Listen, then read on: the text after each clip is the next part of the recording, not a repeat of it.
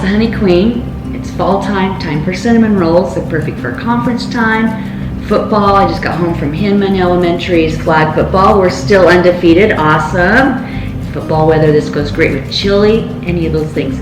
So let's get started. You're gonna need some, of course, Cox's honey, egg, russet potato, just a small one. I'm from Idaho, so yes, we're making mashed potatoes, and salt, yeast, milk, you need flour, and you need to have on hand for toppings, raisins, brown sugar, regular sugar, and cinnamon.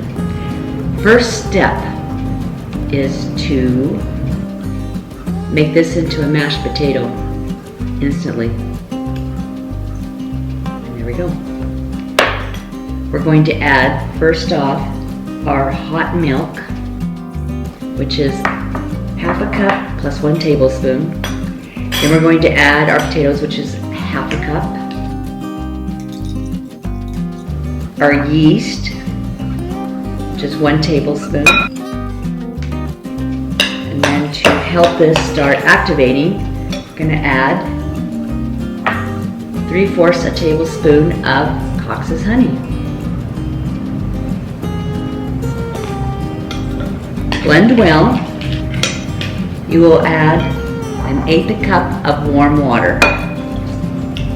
You're going to let this sit for 5 to 10 minutes until it starts bubbling. Cover with a dish towel. See you in 5 to 10 minutes. All right, phase 2. This actually started activating within minutes. Must be really good yeast, that Saf yeast. Not only does it bubble, but you can smell like a yeasty smell. So phase 2 is you add your egg, 1/4 cup of honey, 3/4 a teaspoon of salt, and 1/4 cup of softened butter. Mix well. Add 1/4 cup of flour. We actually end up being about 2 to 2 1/4, 2 1/2. Just depends on the weather. Do it until it's kind of like not sticky anymore. And I'll show you what the product looks like. It's kind of like my rolls, that same thing.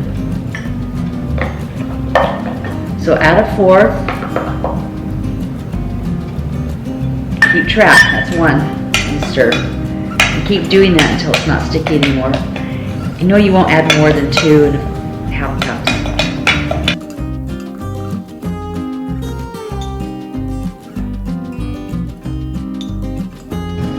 Half a cup.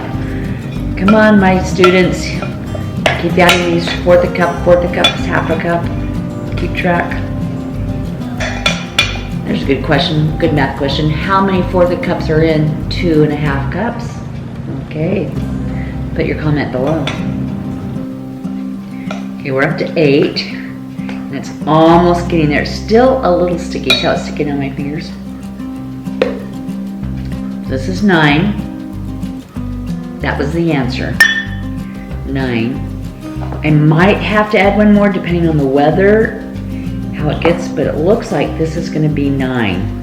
Let's see, because it's starting to form a ball and not be sticky.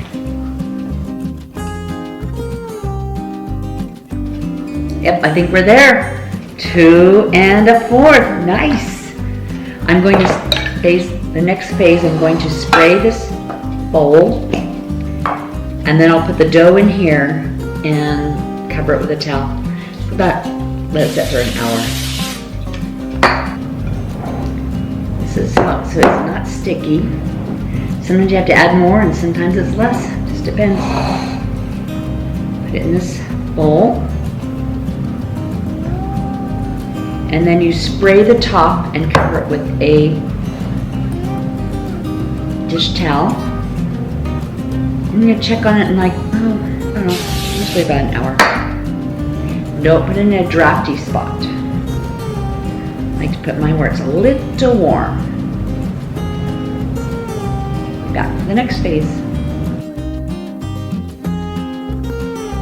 Okay, it's been rising for an hour. You punch it down, roll it out. Going to use this jelly pan. Preheat the oven to 350 unless you're high altitude, then do 375.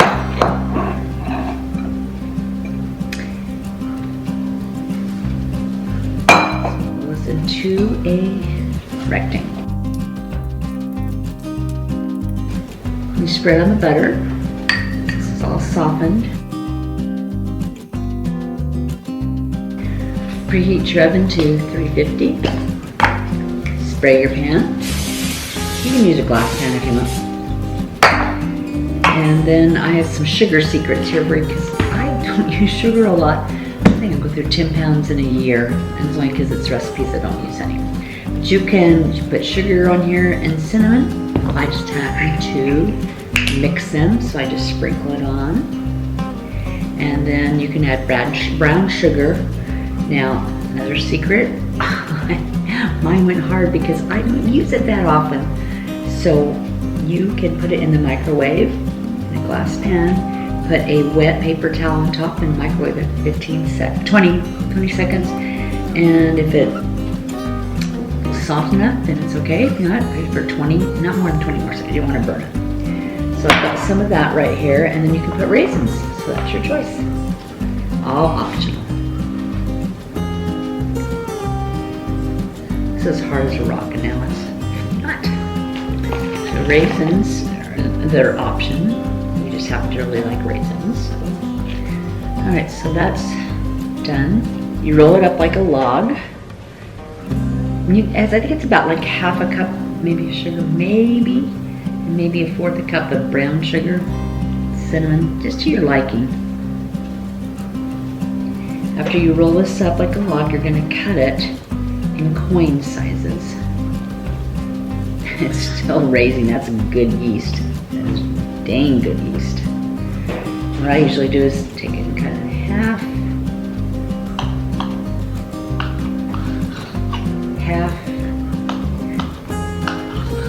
Just keep doing that until it's the size I like it. They say 3/4 an inch, but I don't know. Kind of like mine a little skinnier.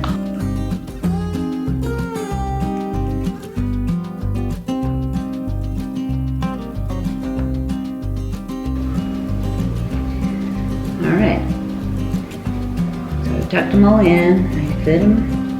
I put it in the oven for 15 minutes. If you have an altitude, increase that to 375 degrees instead of 350 degrees, and increase it to 20 minutes. So you bake them till they're golden brown, and then if you don't want all that sugar, there's this cream cheese frosting that I will share with you at another time. Ground children, did you find the bee? Yep, right here. It's called Poured Not Stirred, and she makes all sorts of things from hats to things that go in your garden. It's just amazing. So people just point this, and that's my logo, because that's Betty the Bee for my mom. If you've ever watched my other videos, you know what that is. And you can pay through that. You can go to my website, all sorts of things. Have a sweet day, and be sure to subscribe and share with other people.